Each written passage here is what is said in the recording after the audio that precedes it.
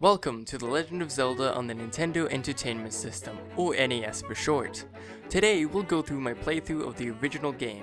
It'll be a bit of a walkthrough while showing you my playthrough of the entire thing. If you want the full unedited 6-hour long version of the gameplay, then check out the VOD channel, which will be linked below. I would like to mention that there will be a lot more videos of me 100%ing different games. If you like that, then please tell me and we'll do more than Zelda, which we already have a few videos lined up. Finally, thank you for watching. Starting with getting the sword because it's dangerous to go alone and we needed a friend. Once we get that, we need to head east from the start and accidentally die. After finally making it over to the east coast, we can enter the shop and buy bombs, our first item of the game. After heading back, we can bomb this wall and get our first heart container of many. From there, we head north past the trees and into the mountains where we bomb another cave open and get a heart before leaving. We head north to find some stairs where we can walk past a Lionel and get a better sword, the white sword.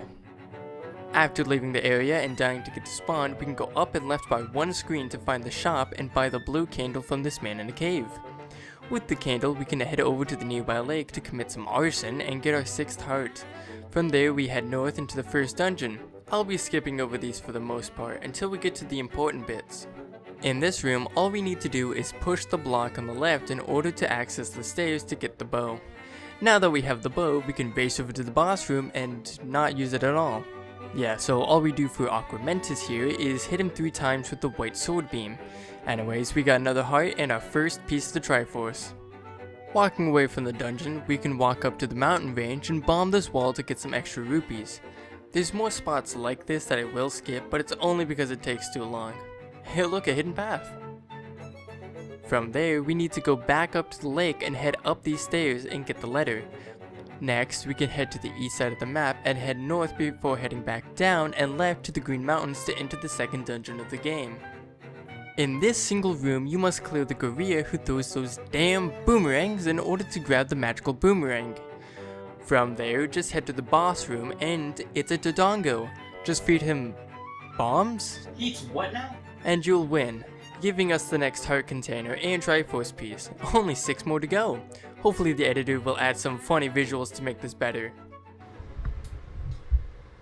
No. Going from the dungeon, we'll head down and left passing the water until we reach the lake. We're close to the starting area now as we head left to enter this cave with this beautiful cave lady who will only respond if you give her the blue letter. This will allow you to buy potions, which is super useful in this game since it's so difficult. Trust me, I know. From there, you'll want to head left and down until you can't go down anymore to then go right into the next dungeon. In this dungeon is the first area where you'll find the Dark Nuts, an enemy covered in armor that can only be hit from the back or sides while it constantly moves. I don't think the microphone was on, but I was definitely relieved after killing them in this room. Then I entered another room with... God damn it. Just quickly squeeze past them to get to the raft. Finally, after bombing through this wall later in the dungeon, you can make it through and start bombing the boss in order to kill its 4 heads. Wait, so isn't it a kidnap penis then? Do that and you'll beat the 3rd dungeon. From dungeon 3, we'll head back the way we came to this section with a plank. From there, we'll just go straight over to dungeon 4.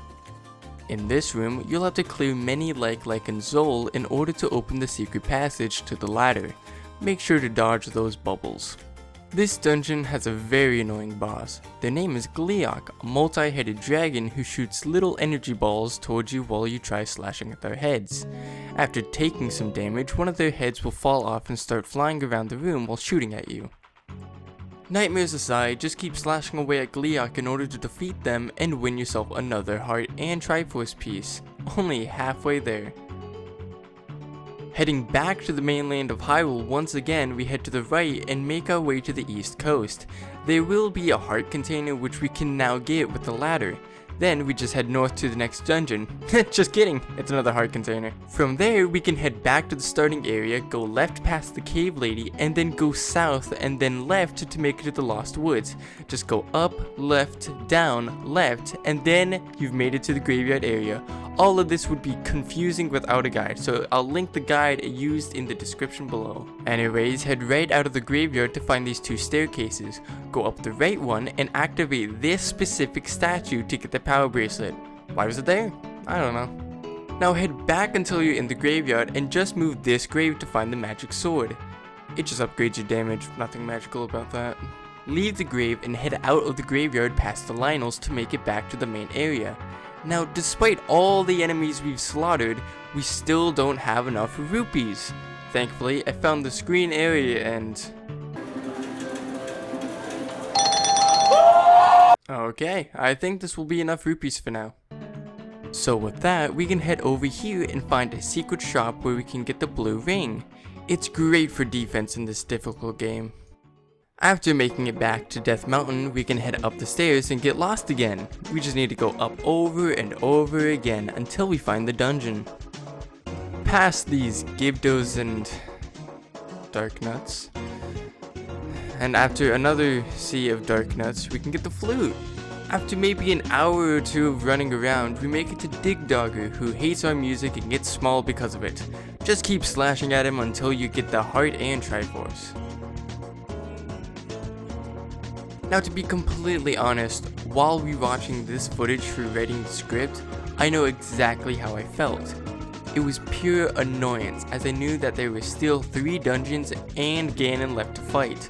So I was not looking forward to this, but it had to be done. As we make our way back down, we can make our way here to commit more arson and get the magic shield. This shield is just stronger than the other one.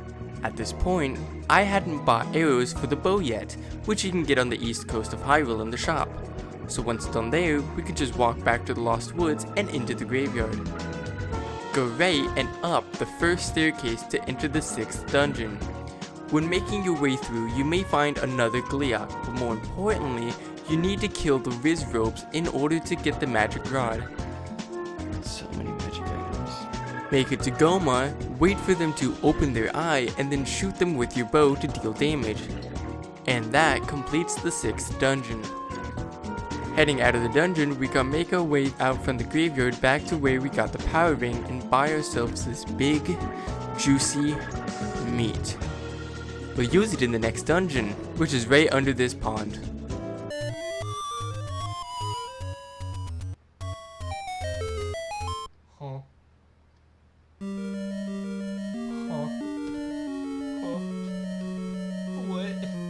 What is this stupid fucking logic? In said dungeon, we will use the food to get past this hungry gorilla. Speaking of gorilla, here's a room full of them. Wipe them out to find yourself the red candle. Ooh, fancy.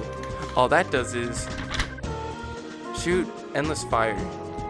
Okay then. So now we make it to the boss, and it's another Aquamentus. Okay, at this point, who really cares? Just fire magic beams at him so we can move on. Finally, go to this tree in the forest and commit another act of arson, which I did ages ago, in order to find Dungeon 8.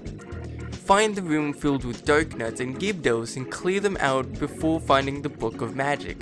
This item is useless, but it makes the beam from the magic rod spawn fire, which I will use responsibly. Now here's a clip of me getting mad at the game.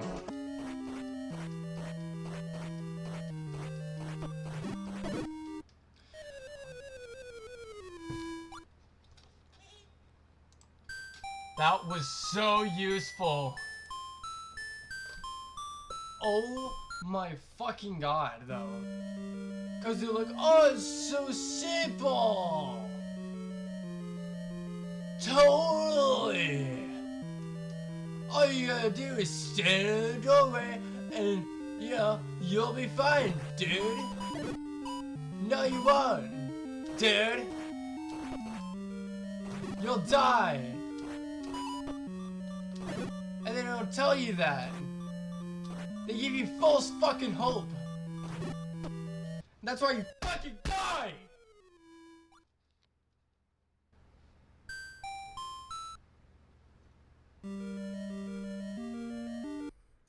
Okay, that desk slam scared me when rewatching the recording.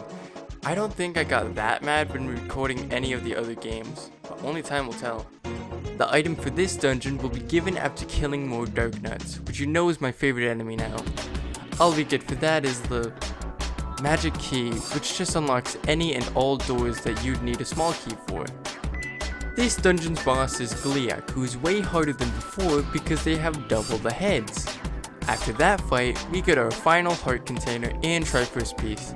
At last, we have pieced together the Triforce of Wisdom. Now we can go save Zelda. Now that we have everything except for what's in the final dungeon, we can head straight there to finally beat this game. Just blow up Spectacle Rock and we can begin our little montage.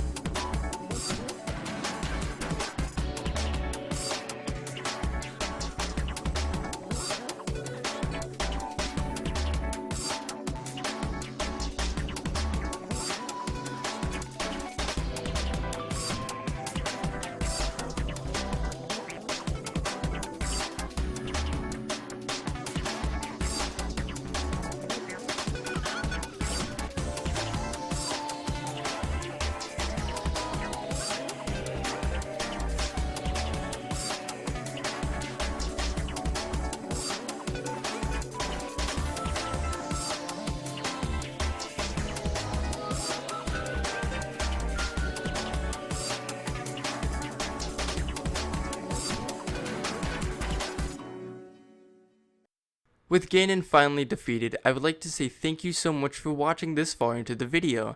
This was quite fun to do, and I would like to ask you to please give this video a like and comment if you'd like to see more. If you hated the video though, then please feel free to tell me how much you don't want to see this again and dislike it to your heart's content. Here is the full inventory after I had beat the game, excluding the food which I just didn't want to buy again. With that, I have beaten 100% of The Legend of Zelda on NES. See you all again soon.